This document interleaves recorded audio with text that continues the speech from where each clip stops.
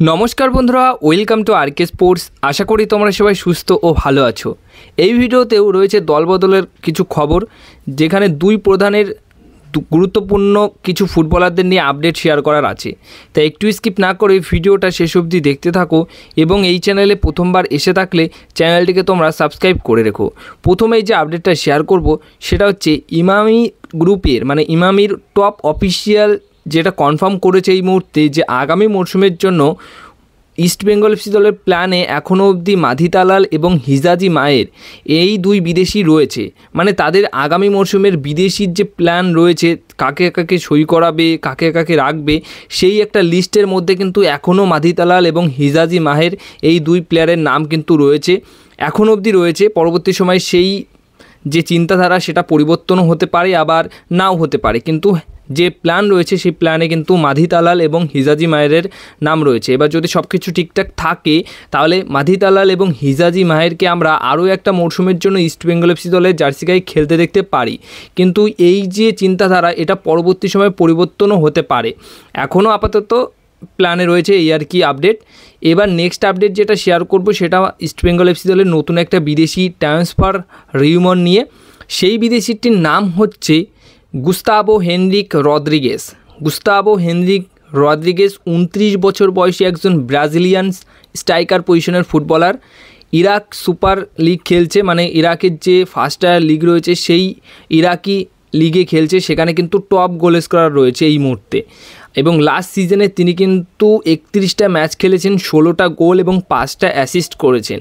তো goal machine বলতে পারি, টপ গোল স্কোরার বলতে বোঝোই যে আলেদিন আজারায়ের মতো আইএসএলে যেরকম গোল করেছে সর্বাধিক গোল, তেমনই কিন্তু এই ফুটবলারটি ইরাকি সুপার লিগে সে কিন্তু বেশি গোল করেছে।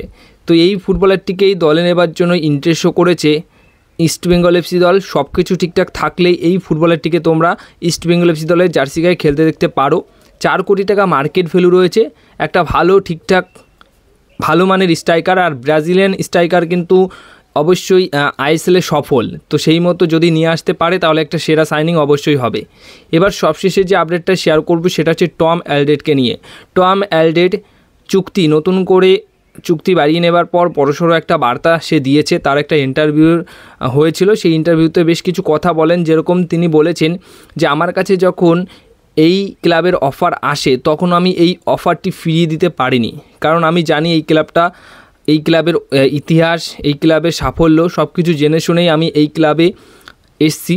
এবং এই ক্লাবে এসে এটা আমি কখনোই ভাবিনি যে এইভাবেও আমাকে স্বাগত জানাতে পারে এই দলের সমর্থকরা। জ্যাসন কামিংসের চুক্তি হওয়ার আগে আমি যে দলের হয়ে সই করেছিলাম সেই দলের হয়ে আমি এরকম একটা স্বাগত পেয়েছিলাম, যেখানে অনেক সমর্থকরা আমাকে স্বাগত জানিয়েছিল এইভাবে বিমানবন্দর বা স্টেশনে এসে। সেই স্বাগতটাই কিন্তু আবার আমি ইন্ডিয়াতে এসে মোহনবাগানে যখন সই করলাম তখন গিয়ে আমি পেয়েছি। তো এটা সত্যি একটা আশ্চর্যজনক একটা বিষয় যেটা মোহনবাগান দলের সমর্থকরা করেছে, খুবই ভালো লেগেছে। এছাড়া আমাদের ম্যাচের সময় প্রতি ম্যাচে কম বেশি আমাদের একটা ফ্যান্সদের যে আসন সংখ্যা বা ফ্যান্স যারা মাঠ ভরাতো তারা 42,000 মতো ফ্যান্সরা প্রতি ম্যাচে কম বেশি আর কি মাঠ ভরাতো, এবং ফাইনালে তো 70,000 পর্যন্তও ছাড়িয়েছিল সেই সংখ্যাটা। তো এইরকম সমর্থকরা মাঠে এসে যে খেলা দেখবে যেটার সংখ্যা 70,000, এটা কিন্তু খুব কম জায়গাতেই হয়, যেটা মোহনবাগান দল এই ইন্ডিয়ান সুপার লিগে করে দেখিয়েছে। তো এনাদের আবেগ, এনাদের ভালোবাসা সত্যি অতুলনীয়। আমি এই ক্লাবের হয়ে আরও একটা মরশুম খেলতে পারবো বলে এতে আমি খুবই খুশি এবং খুবই এক্সাইটেড। তো এরকমই কথা বলেন টম অ্যালডেট। টম অ্যালডেট সত্যি কথা বলতে দারুণ মনের একটা মানুষ, সে কিন্তু মন জয় করার মতোই পারফরমেন্স করেছে, তাকে রেখে দিয়েছে। আমার মনে হয় এটাই সবথেকে ভালো একটা সিদ্ধান্ত মোহনবাগান দলের জন্য।